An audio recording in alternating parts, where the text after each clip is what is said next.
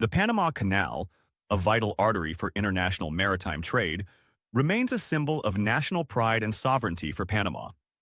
Since the United States handed control back to Panama on December 31, 1999, through the Torrijos-Carter Treaties, it has been successfully managed and operated by the Panama Canal Authority, ACP. Yet periodically, questions arise about whether the U.S. might once again seek control, most notably during discussions surrounding former President Donald Trump's foreign policy approaches. Though no official policy was implemented during Trump's presidency regarding retaking the Panama Canal, Trump's frequent rhetoric about American dominance and sovereignty raised concerns globally and within Panama itself. Could the U.S. feasibly retake control of this strategic waterway? And would such a move be justifiable, advisable, or beneficial? Firstly, any attempt by the United States to retake the Panama Canal would face substantial legal, diplomatic, and practical barriers. Legally, the Torrijos-Carter Treaties explicitly transferred control of the canal permanently to Panama. Any unilateral American action to reclaim control would severely breach international law, undermining the U.S.'s credibility globally. The global community, particularly Latin American countries, would perceive such a move as neo-colonial, damaging critical diplomatic relationships. From a practical standpoint, Panama has demonstrated exceptional capability in managing the canal. Since the ACP took control, it has completed ambitious expansion projects, significantly increasing the canal's capacity and efficiency.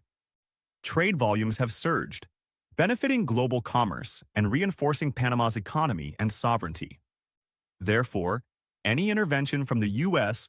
would appear unnecessary and unjustified on operational grounds alone. Additionally, Trump-era rhetoric about America first and isolationism starkly contrasts with such interventionist ideas, creating inherent contradictions in policy stances.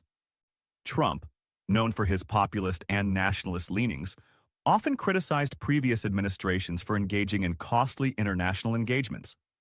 For the United States to attempt reasserting authority over the canal would contradict the principles Trump espoused, signaling inconsistency and confusion in American foreign policy.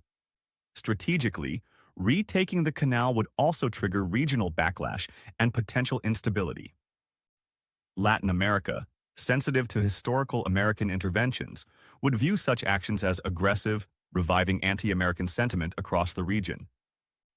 Economic retaliation or diplomatic isolation could follow, negatively affecting American interests broadly.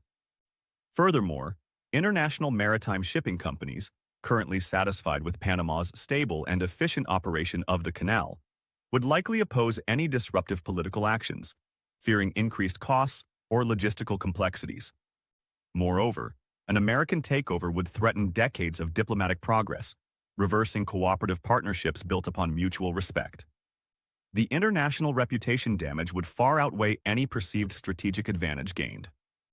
Global reactions would likely include condemnation from international bodies such as the United Nations, the Organization of American States, and trading partners worldwide, severely undermining U.S. standing and influence. Ethically and morally, such an action would represent a step backward into an era marked by imperialism and colonial control. America's global leadership has long hinged on promoting sovereignty, democracy, and mutual respect among nations. Retaking the canal would gravely tarnish this legacy, calling into question America's commitment to the principles of sovereignty and national self-determination. In conclusion, while theoretically possible, the idea of the United States retaking the Panama Canal, particularly inspired by Trump-era ideologies, would be profoundly counterproductive, legally dubious, and diplomatically disastrous. It would undermine American credibility, destabilize regional relations, and risk significant economic consequences. The path forward must continue to respect Panama's sovereignty, ensuring cooperation rather than conflict remains the cornerstone of U.S.-Panama relations.